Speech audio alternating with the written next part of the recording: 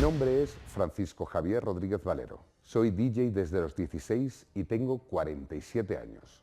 Todo empezó cuando de joven me di una vuelta por la ruta del bacalao y se me metió en las venas. Hoy estamos en Teruel.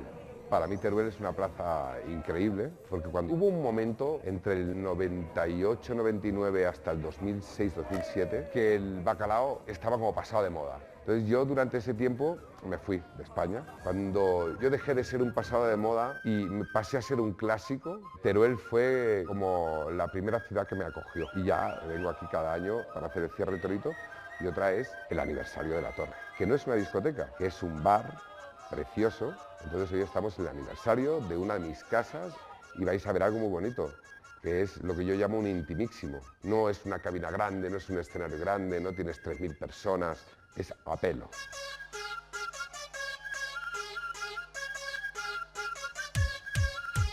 Mi nombre es Francisco Javier Rodríguez Valero.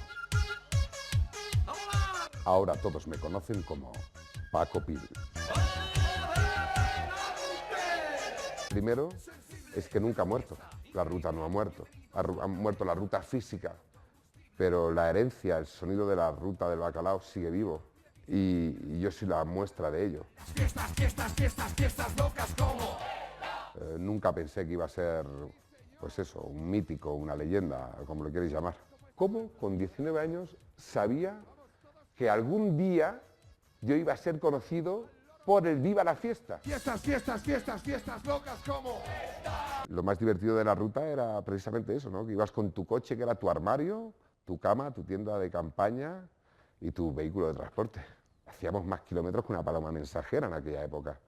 Entonces nosotros hacíamos 300 kilómetros para bajar a Valencia, a lo mejor el viernes, subíamos el sábado otros 300 para hacer Barcelona, hacíamos nuestra sesión y nos íbamos otra vez a Valencia hasta el lunes o el martes. Y volvíamos, en un fin de semana era fácil que hiciéramos 800, 900 o 1000 kilómetros. Antes existía, por ejemplo, la figura del vendedor de discos en la tienda. Era ese tío que te sacaba el paquete de vinilo, cuando tú llegabas te preparaba tus 30, 40 vinilos, sus novedades, te decía, este y este, sí o sí te lo tienes que quedar. Entonces, si tú sabías que se lo había llevado Quique Jaén, pues tú lo tenías que coger, porque sabías que iba a funcionar. Bacala era eso, el que salía el jueves y si podía no volvía hasta el domingo a casa para trabajar el lunes.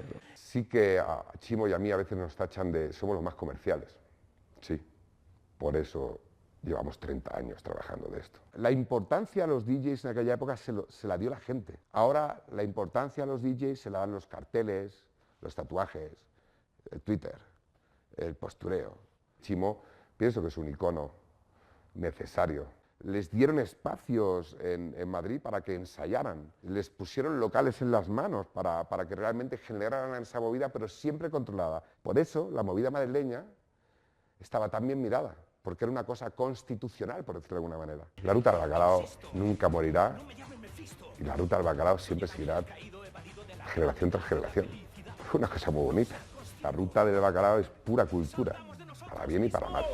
Una vez que me quedé dormido dentro de un altavoz de subgraves y nadie se dio cuenta que yo estaba dentro del altavoz hasta que al día siguiente llegaron las mujeres de la limpieza y me despertaron. Las drogas de antes eran buenas, merecía la pena, yo lo digo, merecía la pena. Ahora no.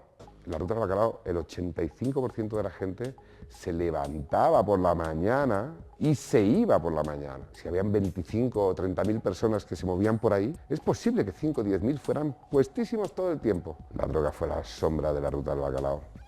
Fue lo que le quitó la luz, lo que le quitó el brillo.